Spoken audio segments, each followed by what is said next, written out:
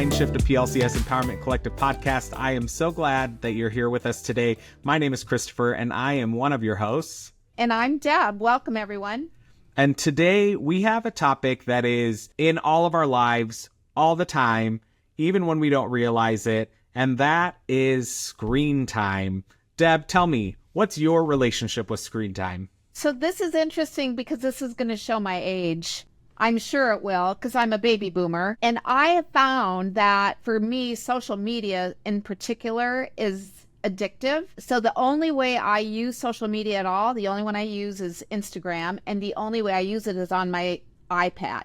So of all the screens I use other than this thing that goes to the phone that goes with me, I only use an iPad. I don't play video games. I don't do anything else. So the phone and the iPad are the two things for me. What about you? You know, I feel like my relationship with screens has changed a lot since becoming a parent, and I've been a lot more cognizant of my screen time usage because I have someone watching everything that I do. You know, I am a millennial, and so I grew up, I feel like, at the height of social media, where if you did not have 800 friends on Facebook, you were nobody, right? But one of the things that really got me, somebody said social media isn't free because it costs time. And time is one of our most valuable resources. So that really stood out to me when I was kind of wrestling with my own personal social media use. And I'm excited because we do have an expert here to chat with us today. So I'll let you go ahead and introduce yourself and tell us a little bit about what you do. Sure. My name is Susie Fogarty. I am the Strategic Development Manager for Smart Gen Society. I am incredibly passionate about going out and educating kids, parents, in any type of forum to really start challenging us to think about our own personal usage with social media and technology. What we're learning is that we really never got a playbook to how to raise kids in a digital world. And so we're almost having to going back and figure this out. But I am so inspired because I love it, Chris, that you say you're a millennial. You guys, your generation is doing a great job. I can tell you right now, you can already tell kids who are coming into the grade schools that are millennial kids, their parents recognize how much time was wasted behind a screen and how inauthentic their relationships were. And they're going to do better by their kids. Well, millennials love a good pat on the back, so I'll take it. I am all here for you millennials. So I have to ask this question, Susie, and it's really related to the kids. I noticed on your website that there is some reference, and Christopher, this is for you too. There's reference to working with parents around how much screen time or online exposure toddlers and young children should have. Can you talk about that? Sure. Well, the American Academy of Pediatrics has now recommended that there should be no screen time for a child 0 to 2. And so we need to make sure that we are doing a lot more face-to-face because that's how our kids learn language. That's how they learn bonding. That's how they learn emotional control. So that is such an important thing. But the American Academy of Pediatrics has recommended times all the way up until adults. And really, your child should never be on a screen outside their academic school day for more than 2 hours. We have the research now that says the longer you spend behind a screen, the sadder our kids are becoming. And that just frightens me. So Christopher has a 4-year-old. He talks about Leo here. And I was thinking about you, Christopher, because I wondered how much screen time Leo had, if you are willing to share. You know, I talk about screen time in a non-judgmental way because one of the things that anyone that's a parent knows is that parenting is hard. And so I say that because sometimes when I talk to people about screen time, they feel like I'm coming from a place of judgment, and I'm really not. So one of the things that was really important for me and my husband when we had a baby was screen time. And so we said, you know what, he's not going to use devices. And so I will say we made it probably until around 18 months with no screen time at all. Then around 18 months is when we let him start watching TV. And it was around 4 that we let him start using a tablet to do educational activities. It's just, it was important to us and for us. All right, Susie, what do you think? I agree with what you say on no judgment, because there really shouldn't be. One of the things that we're trying to convey to parents, especially when it comes to tablets, is that if kids, what we're learning from the research now that says that if kids really are going to learn content from a tablet, it has to be co-viewed. What we've learned is that real learning will not take place at that age without being co-viewed. So you can ask those important follow-up questions. You can ask them what they saw, what they're learning. That is so important for parents to know about those tablets. And we also need to know as consumers, ed tech is huge. It is $1 billion industry. The thing that might shock people, the same industry that was creating these ed techs, especially in Silicon Valley, most of them send their kids to schools without computers. What does that tell you?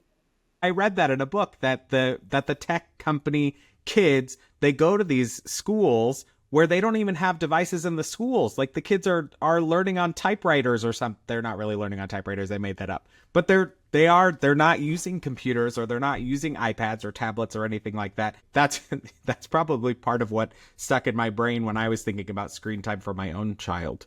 Yeah. And one of the key pieces of that, because they now say that when kids are learning, if they are learning on a screen in school in an academic setting, the fact that they're just even on a screen already signals to their brains there's games on that screen. There's social media on that screen. And it takes away from true content to be learned. We're really seeing now almost a push to go opposite, back to pen and paper. And there's lots of research that's showing that is much more advantageous for our kids than putting behind screens that are not really making any significant gains in their academics. And I love what you said about co-viewing. And nobody is perfect, but I try to do that, especially the first couple times that my son is using any app, because I do want to see what it is. And so I sit with him and we look at it together and we see what it is. And then I decide if that app stays on the device or not. But then after that, I do get a little bit more lax about that co-viewing, because if I need to go make dinner or something, then that's a good 15-minute opportunity for me to get that in there. I understand. So, Susie, when Christopher asked earlier about TV time, because when my kids were growing up, we parked them in front of Sesame Street and it was on 4 times a day. So you could easily do that. So is that considered screen time as well? But there's 2 different types. There's active screen time and passive screen time. That passive screen time is the TV like you were talking about, Deb, Sesame Street, where you're not engaging, not necessarily engaging, but doing something. So the active is when you're scrolling or you're gaming. They say that screen time is much different just than that passive and watching TV with your family or friends. It's that engagement and that constant reel of information that's coming at you so fast, so quickly, that's really almost a sensory overload for most kids and adults. So in essence, they're saying active screen time is worse than passive. Yep. Mm-hmm. Interesting. Absolutely. You know, earlier we talked about the effect of social media on kids. I think we just briefly touched on it. And I often reference this article out of The Atlantic that came out a couple years ago. And they say, are teenagers sadder today, more sad than they were prior to the pandemic? And the answer is yes. And the number 1 reason is social media. And the number 2 reason is because of that, there's less face-to-face interaction. And I was just talking about this with a group of high schoolers on Friday. And when I said that, they went, absolutely. Thank you, Deb, for saying that. Yes, we have to start listening to our kids. And what we find is, you know why they're so unhappy? It's because they have viewed so much content that is not age appropriate. What we have to think about social media is the content that we're exposing to our kids that is not age appropriate or appropriate for kids. And I think that that's where the real problem comes from. The goal of social media is to keep their attention as long as possible. The longer they're on it, the more they get paid. And I love that you talked about the cost. When I go out and talk, I say to the students, besides money, you can't say money, what is the cost of your constant connection? I spoke in Aurora, Nebraska last week, and I had this young lady who said, the cost was my innocence. I'd never had a student say that before, and I wanted to cry. But guess what? She's right. We're robbing these kids of their childhoods because we're exposing them to so much stuff that is inappropriate. And a lot of parents just don't know. What in your experience, what do you know are ways that we can embrace this technology, embrace screen time in meaningful and productive ways?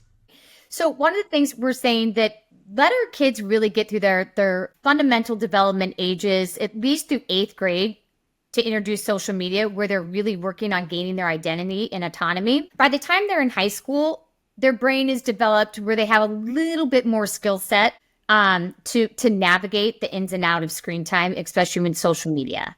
Well, we find out what's really good about social media. The kid that can't find his or her people at their school, maybe they're in a small community, they find their communities online. And it makes them feel safe. It makes them feel valued. It makes them feel seen. And for that kid, it's so important. It's a great way to socialize, but we have to understand if you're doing it constantly and more than your face-to-face interaction, that's what's making our kids so sad because that's what they need. They need that face-to-face interaction.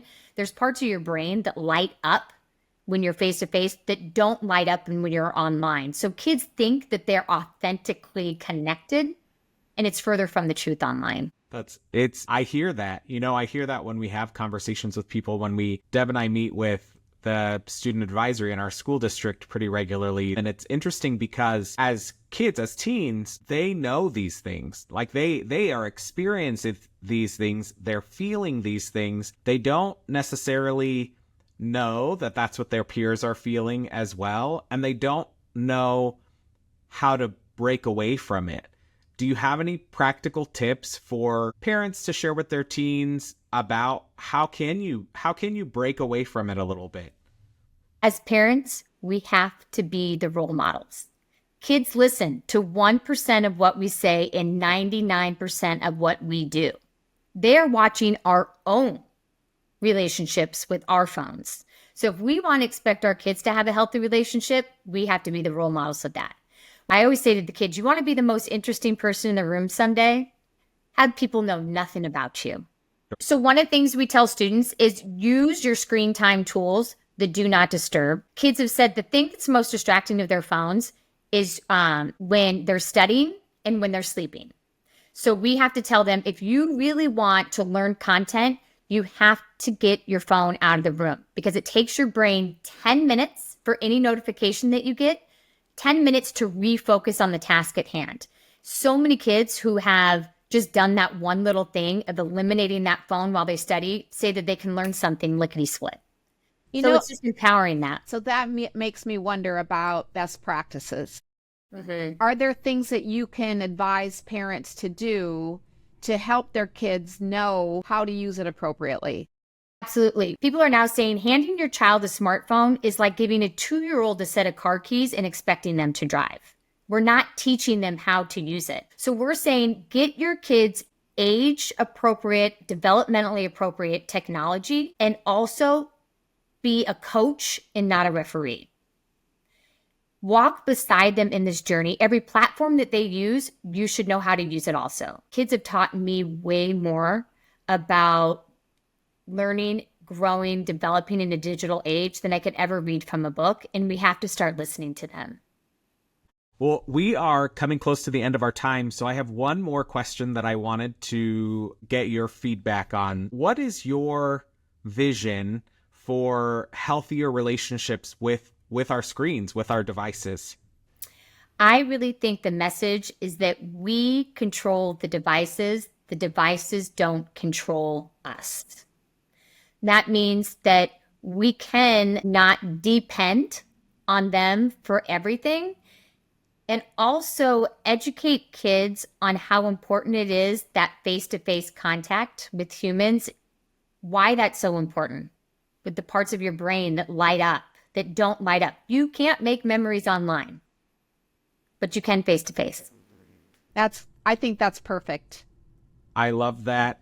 Well, thank you for being with us today and for sharing your thoughts on screen time. And thank you, listeners, for joining us here on Mindshift. If you enjoyed today's episode, make sure you follow us wherever you get your podcasts, and you can visit our website at plcschools.org/Mindshift for more content. And be sure to join us next week for our exciting topic. We'll be discussing neurodiversity. So we'll see you then for that one.